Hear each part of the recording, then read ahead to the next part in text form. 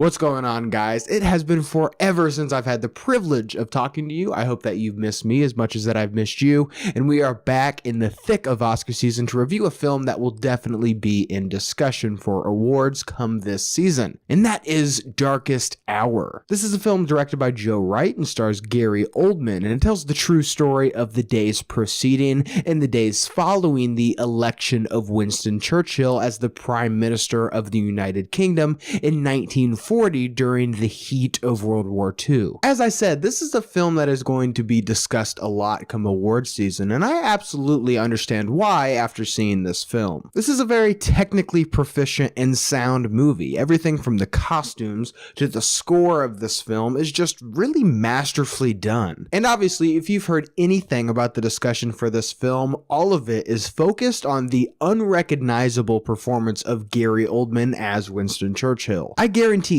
every single review that you will read or see of this film will mention at least once the fact that his performance is so masterfully crafted and is guaranteed to get an Oscar nomination. His chances at winning, however, are still a bit up in the air because he is going against some very heavy hitters this season. The makeup for Oldman is also astounding in this film. There was not a single frame of this movie where I was able to doubt the legitimacy of the prosthetics that he had. It was just really astonishing with what the special effects team was able to accomplish with this film. And even though Darkest Hour is a technically well-made movie, I don't think that there's anything besides the performance from Gary Oldman that really reaches higher than just being a true and accurate story, which isn't necessarily a bad thing. It's just when I'm thinking of my favorite films from this year, I just don't think that there's any way that this movie has a shot in cracking my top 20 movies of 2017. Darkest Hour is a perfect example of a film that I admire and one that I understand why it would receive all of this recognition from the Academy,